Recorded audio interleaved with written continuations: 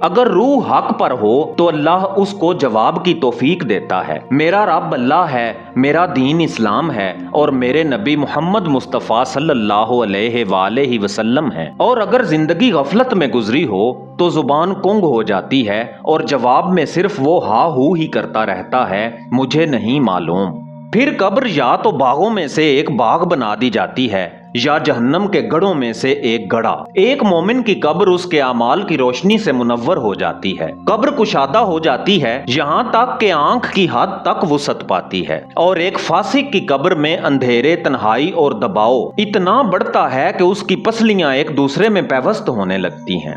کیا یہ سب کچھ جسم محسوس کرتا ہے یا روح؟ علماء کا کہنا ہے یہ قبر کا عالم برزخی شعور ہے، جو نیند کی حالت جیسا نہیں مگر مکمل بیداری بھی نہیں۔ جسم زمین میں ہوتا ہے مگر روح عالم برزخ میں سوالات، کیفیات اور انکشافات سے گزر رہی ہوتی ہے۔ جب ہم کسی کو دفن کرتے ہیں تو سوچتے ہیں کہ وہ سو گیا ہے، مگر کیا ہم نے کبھی یہ سوچا کہ ہو سکتا ہے وہ ہمیں دیکھ رہا ہو سکتا ہے وہ ہماری دعاؤں کا منتظر ہو، یا ہم سے کہہ رہا ہو ایک بار اور قرآن پڑھ دو، ایک اور دعا کر دو۔ آگے آئیے اب ہم جانیں گے کہ عالم برزخ میں روح کن کن مرحلوں سے گزرتی ہے۔ کیا روحیں ایک دوسرے کو پہچانتی ہیں؟ کیا زندہ لوگوں کی دعائیں مردوں تک پہنچتی ہیں؟ اور سب سے بڑھ کر کیا عالم برزخ میں روح ترقی کر سکتی ہے؟ قبر میں پہنچنے کے بعد روح کو بس ایک ہی سوال ستاتا ہے، اب کیا ہوگا؟ اور اس سوال کا جواب ہر کسی کے لیے یکساں نہیں ہوتا۔ برزخ ایک واحد عالم نہیں بلکہ ایک کئی درجات اور حالتوں پر مشتمل جہان ہے، جہاں ہر روح اپنے اعمال کے مطابق مقام حاصل کرتی ہے۔ یہ وہ عالم ہے جہاں نہ جسم کا وزن ہوتا ہے نہ زبان کا استعمال، مگر ہر عمل، ہر نیت اور ہر خیال واضح اور زندہ حالت میں موجود ہوتا ہے۔ یہاں نہ جھوٹ چھپتا ہے نہ سچ چھپایا جا سکتا ہے۔ اللہ تعالیٰ قرآن کریم میں ارشاد فرماتا ہے، اور ان کے پیچھے ایک برزخ ہے قیامت کے دن تک، یعنی موت اور قیامت کے درمیان روح کا ایک شعوری سفر جاری رہتا ہے۔ ایسی روحیں جو دنیا میں صدقے دل سے نماز گزار، سچ بولنے والی، لوگوں کا حق ادا کرنے والی اور اللہ کو یاد کرنے والی تھیں، ان کے لیے برزخ راحت و سرور کا مقام ہوتا ہے۔ ان کے لیے عالم برزخ ایک نور بھرا میدان بن جاتا ہے، جہاں انہیں صبح و شام جنت کی خوشبو سے فیض یاب کیا جاتا ہے۔ نبی اکرم صلی اللہ علیہ وآلہ وسلم نے ارشاد فرمایا، مرنے والے کو صبح و شام اس کا ٹھکانہ دکھایا جاتا ہے۔ اگر وہ جنت والوں میں سے ہو تو جنت کا منظر، اور اگر دوزخ والوں میں سے ہو تو دوزخ کا منظر۔ جن لوگوں نے دنیا میں ظلم کیا، جھوٹ بولا، حق کھایا، نماز چھوڑ دی، فحاشی کو معمول بنا لیا، ان کے لیے برزخ ایک تنگ اور سیاہ قید خانہ بن جاتا ہے۔ ایسی روحیں بعض اوقات چیختی ہیں، ندامت کرتی ہیں اور دعاؤں کی محتاج ہو جاتی ہیں۔ ان کے لیے نہ رات کا سکون ہوتا ہے نہ دن کی روشنی، بس ایک انتظار جو ختم ہی نہیں ہوتا۔ کیا روحیں ایک دوسرے کو پہچانتی ہیں؟ جی ہاں، نیک روحیں ایک دوسرے کے ساتھ ملاقات کرتی ہیں، ایک دوسرے سے سوال و جواب کرتی ہیں اور آنے والی روحوں کے استقبال کا اہتمام بھی کرتی ہیں۔ آئیے اب بات کر لیتے ہیں برزخ میں روح کی ترقی پر۔ کیا یہ ممکن ہے؟ جی ہاں، بعض روحیں برزخ میں درجات حاصل کرتی رہتی ہیں۔ کیسے؟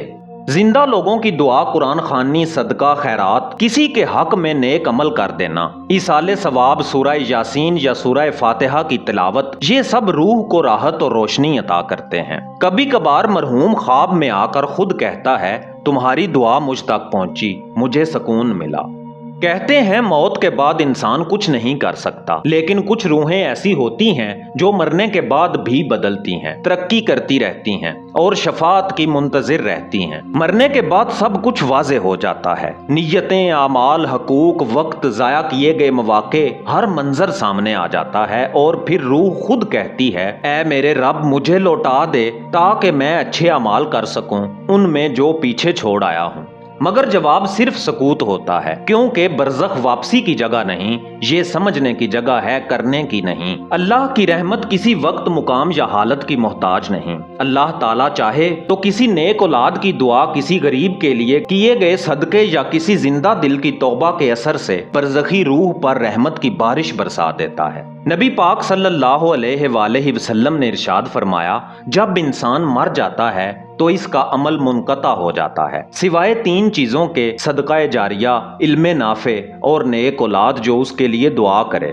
اسی دعا، علم یا صدقے کی بدولت بعض روحوں کے درجے بلند ہوتے رہتے ہیں اور وہ حیرت سے پوچھتی ہیں، یا اللہ یہ عزت مجھے کہاں سے ملی؟ تو جواب ملتا ہے، تیرے بیٹے نے تیرے لیے دعائے مغفرت کی تھی۔ برزخ میں بعض روحیں ایسی بھی ہوتی ہیں جن پر اللہ کی خاص شفاعت نازل ہوتی ہے، خصوصاً شہداء، اولیاء اور صادقین کے وسیلے سے۔ انبیاء علیہ السلام، خاص طور پر خاتم النبیین نبی اکرم صلی اللہ علیہ وآلہ وسلم، اپنی امت کے لیے دعا کرتے ہیں، بخشش مانگتے ہیں اور بعض گناہگار روحوں کو عذاب سے نکلوایا جاتا ہے۔ یہ شفاعت ایک نعمت ہے، مگر ان کے لیے جنہوں نے دنیا میں اللہ اور اس کے رسول صلی اللہ علیہ وآلہ وسلم سے تعلق قائم رکھا ہو۔ عالم برزخ میں نیک روحیں بعض اوقات نئی آنے والی روحوں کا استقبال کرتی ہیں اور خوشی سے پوچھتی ہیں، فلاں کہاں ہے؟ وہ ابھی تک نہیں آیا۔ اور جب پتہ چلتا ہے کہ وہ دنیا میں ہے مگر راہ ہدایت پر نہیں، تو وہ روحیں افسوس، درد اور دعا کے ساتھ خاموش ہو جاتی ہیں۔ یہ منظر بتاتا ہے کہ برزخ میں تعلق ختم نہیں ہوتے، وہ صرف تبدیل ہو جاتے ہیں۔ ایسی روحیں جو گناہوں میں ڈوبی رہی ہوں، ان کے لیے برزخ انتظار اور سیکھنے کی جگہ بن جاتا ہے۔ کچھ کے لیے عذاب اور کچھ کے لیے تنہائی، خاموشی اور افسوس۔ مگر اگر دنیا میں کسی نے اللہ کی محبت کا بیج بو دیا تھا تو اس بیج سے برزخ میں رحمت کا پھل نکل سکتا ہے۔ کیا واقعی مرنے کے بعد روح ترقی کر سکتی ہے؟ جی ہاں، اگر وہ حق کی تلاش میں مری ہو، اگر اس کے لیے دعا کرنے والے موجود ہوں، اگر اس نے کبھی سچائی کو چھوا ہو، تو برزخ اس کے لیے نور، سکون اور بلندی کا سبب بن جاتا ہے۔ کیا کبھی آپ نے سوچا ہے کہ جب قیامت کا پہلا سور پھونکا جائے گا تو قبر میں پڑی روح پر پہلا اثر کیا ہوگا؟ کیا وقت تھم جائے گا یا وقت دوبارہ چل پڑے گا؟ قرآن کریم میں اللہ تعالیٰ نے ارشاد فرمایا، اور جب سور پھونکا جائے گا تو جو آسمانوں اور زمین میں ہوں گے وہ سب بے ہوش ہو جائیں گے سوائے ان کے جنہیں اللہ چاہے۔ پھر دوبارہ سور پھونکا جائے گا تو وہ سب اٹھ کر دیکھنے لگیں گے۔ پیارے دوستو، یہ وہ لمحہ ہوگا جب برزخ کی دیواریں ٹوٹ جائیں گی اور تمام روحیں اپنے اپنے جسموں کے ساتھ دوبارہ زندہ کی جائیں گی۔ جب دوسرا سور پھونکا جائے گا، قبر میں پڑی روح ایک شدید جھٹکے سے بیدار ہوگی اور وہ لمحہ آئے گا کہ انسان خود کہے گا۔ سورہ یاسین میں اللہ تعالیٰ نے ارشاد فرمایا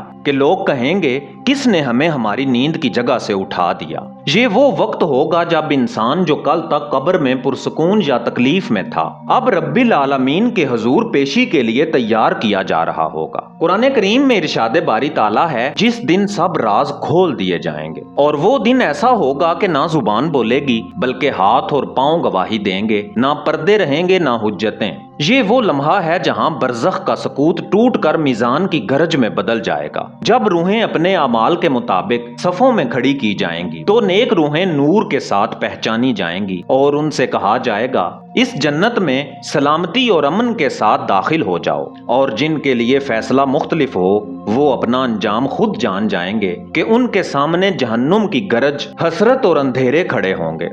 پیارے دوستو، وہ روحیں جو برزخ میں نادم تھیں، دعاؤں سے فیض یافتہ ہوئیں، صدقات و خیرات کی روشنی پاتی رہیں، ایصال ثواب کے ذریعے تسکین میں رہیں، ان کے لیے یہ دن ایک سلامتی بھرا ظہور ہوگا۔ مگر جنہوں نے برزخ میں بھی قہر، اندھیرے اور بھٹکاؤ کا سامنا کیا، ان کے لیے قیامت زلزلہ نہیں، زنجیر ہوگی۔ تو اے میرے پیارے ناظرین، کیا آپ نے سوچا ہے کہ برزخ صرف موت کا انتظار ہے؟ نہیں، یہ زندگی کا وہ پردہ ہے جس کے پار سب کچھ ظاہر ہو جائے گا۔